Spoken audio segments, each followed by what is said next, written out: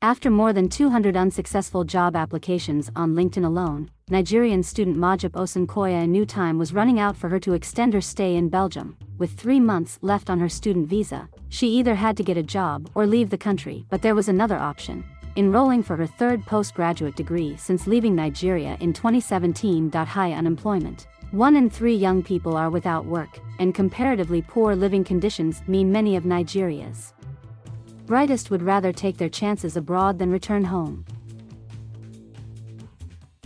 So last year Ms. Osunkoya enrolled for a doctorate degree in Estonia, which is running concurrently with her second master's degree in Belgium. She settled for Estonia after receiving no job or PhD offers in Belgium. The studies are means to an end, and if God says the end is a permanent residency, why not? She said. Her PhD in future cities at the Tallinn University of Technology is a paid position. At the end of the 4-year research, she can apply for permanent residency. She is planning to relocate to the Eastern European country for the course, which, like those in Belgium, is taught in English. Ms. Osunkoya is just one of many Nigerian students from families who are not part of the super wealthy elite to study overseas. Last year, around 100,000 Nigerians traveled abroad to study, according to ICF Monitor, which focuses on international student mobility. Many hope to become permanent residents of their host country, and take one step at a time to achieve their goal.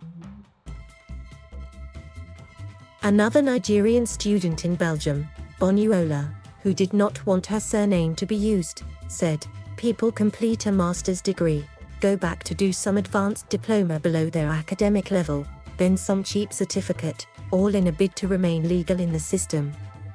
Despite getting a degree in economics in Nigeria, she decided to start from scratch when she arrived in Belgium, finishing a 3-year course in business management, to buy herself time, and then proceeding to a 2-year master's degree course in management.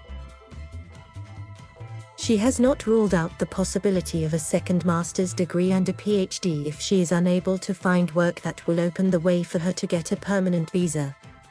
"I am an African studying African studies in Belgium and it makes me mad," said a third student, Ifema, who is currently doing her second master's degree since arriving in the country in 2019. "I am not taking it seriously, just killing time, decide on what to do," she added.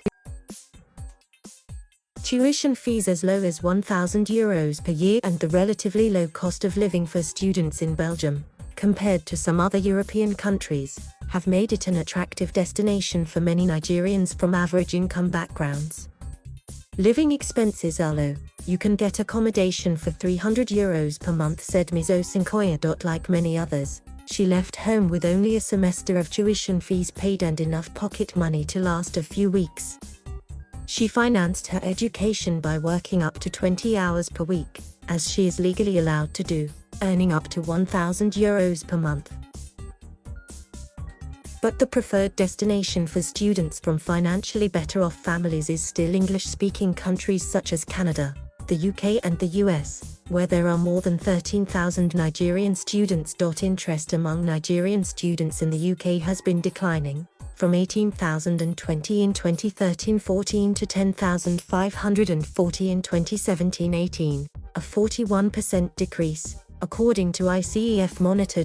One reason for this fall was the removal of a visa that allowed foreign students to work for 2 years after finishing their studies. That, along with cheaper tuition fees, less stressful visa processes, and clearer pathways to postgraduate work and residency, made Canada a more attractive destination for many students. But the UK government has since reversed its policy, hoping to claw back its share of the lucrative global education market. Like most foreigners, Nigerian students typically pay more than 3 times the fees paid by UK students or those from EU countries. But it can be hard for Nigerians to get white-collar jobs in the UK, and even more so in places like Belgium where language counts against them. Flemish, French and German are Belgium's official languages and most employers want candidates who can speak at least 2 of them. Like most other Nigerian students, Ms. Osunkoya is only proficient in English, although she has a basic knowledge of Flemish. Even if you have a post-study visa, you will be competing for jobs with locals who speak the languages better than you, she said. Some students also complain of racial prejudice, while others say they have become overqualified and yet have no work experience. Last week, Belgium revised its immigration policy to allow students to stay for up to a year on their temporary visas to look for a job. But Bonuola says she won't be taking up the option, as once signed up for it, she would no longer be able to return to school for further degrees if she can't find a job. It's like being caught between a rock and a hard place, she said. Thank you for watching. Please subscribe.